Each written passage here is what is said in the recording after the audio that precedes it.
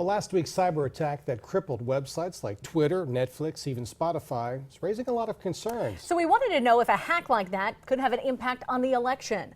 27 First News reporter Nadine Grimley went to the Trumbull County Board of Elections to ask that question. She joins us live in the studio tonight with the answer. Nadine?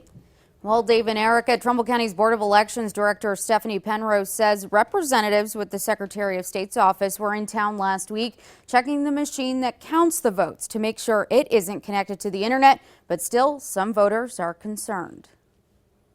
I'm concerned whether the internet will be hacked, that we will be hacked. Pat Love is a concerned voter. She fears that a cyber hack could impact the results of the upcoming general election. With WikiLeaks and the Russians, and there's so much going on as far as the internet goes. But with only 2 weeks until Election Day, officials are trying to calm those worries. Well, everybody should feel confident that none of the voting equipment or any of the equipment that is used to tabulate votes is connected to the internet in any way.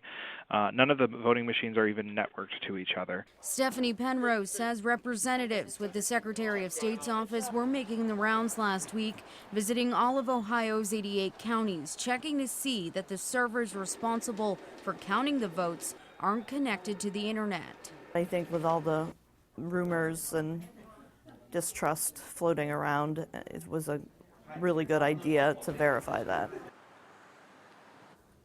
Now, Penrose says in her 14 years working with the Board of Elections, this is the first time she's seen a check like that, but thinks it will help calm voters down knowing that the machine that counts their votes isn't hooked up to the internet at all.